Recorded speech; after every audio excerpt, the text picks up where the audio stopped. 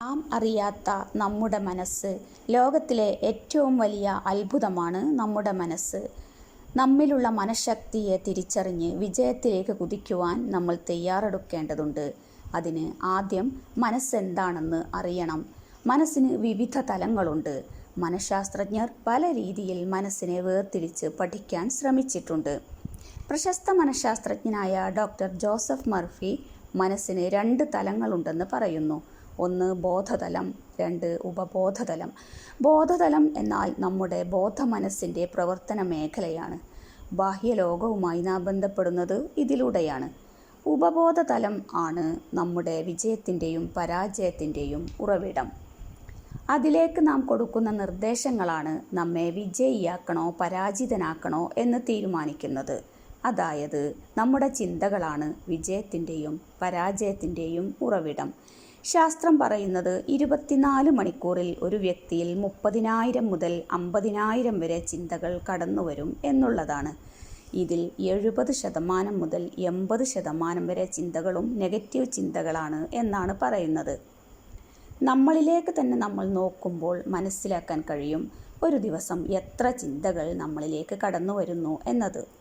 അതിൽ എത്രമാത്രം പോസിറ്റീവായി ചിന്തിക്കുന്നു, എത്ര നെഗറ്റീവ് ചിന്തകൾ വരുന്നു എന്നൊക്കെ. എന്താണ് പോസിറ്റീവ് ചിന്തകളുടെ പ്രാധാന്യം? ഒന്നാമത്തേത്, ചില വിമർശനങ്ങൾ നമ്മളിലേക്ക് വരുമ്പോൾ നമുക്കത് ഹാൻഡിൽ ചെയ്യാൻ പറ്റും എന്നതാണ്.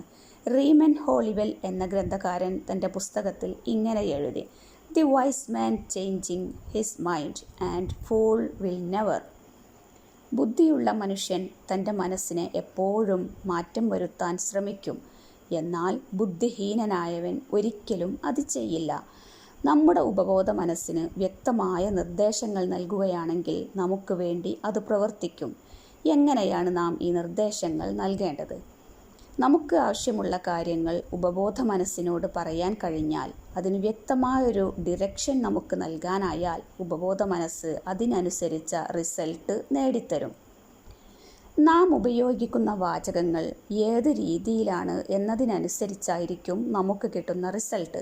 ഉദാഹരണമായി, "ഇതൊന്നും ശരിയാവില്ല", "എനിക്ക് തീരെ വയ്യ", "കാര്യങ്ങൾ വളരെ മോശമാണ്", "എൻ്റെ കാര്യങ്ങളൊന്നും ശരിയാവുന്നില്ല", "എനിക്കിതിന് വേറൊരു വഴി കണ്ടെത്താൻ സാധിക്കുന്നില്ല" എന്നൊക്കെ സ്ഥിരമായി പറയുകയാണെങ്കിൽ അത് അയാളുടെ വിശ്വാസമായി മാറുകയും പിന്നെ അയാൾക്ക് അതിൽ നിന്നും കരകയറാനുള്ള സാധ്യത വളരെ കുറവായി തീരുകയും ചെയ്യും.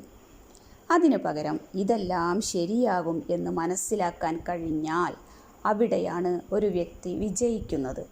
നമ്മുടെ ഉപബോധ മനസ്സിൻ്റെ ലാംഗ്വേജ് എന്ന് പറയുന്നത് നമ്മുടെ ഇമോഷൻ ആണ്. അതിലേക്ക് നല്ലൊരു ഇമാജിൻ കൊണ്ടുവരാൻ കഴിഞ്ഞാൽ ഓട്ടോമാറ്റിക്കലി ആ ഒരു ഇമാജിൻ അനുസരിച്ച് മനസ്സ് പ്രവർത്തിച്ചു തുടങ്ങും. എല്ലാവർക്കും ശുഭചിന്തകൾ മാത്രം നേരുന്നു.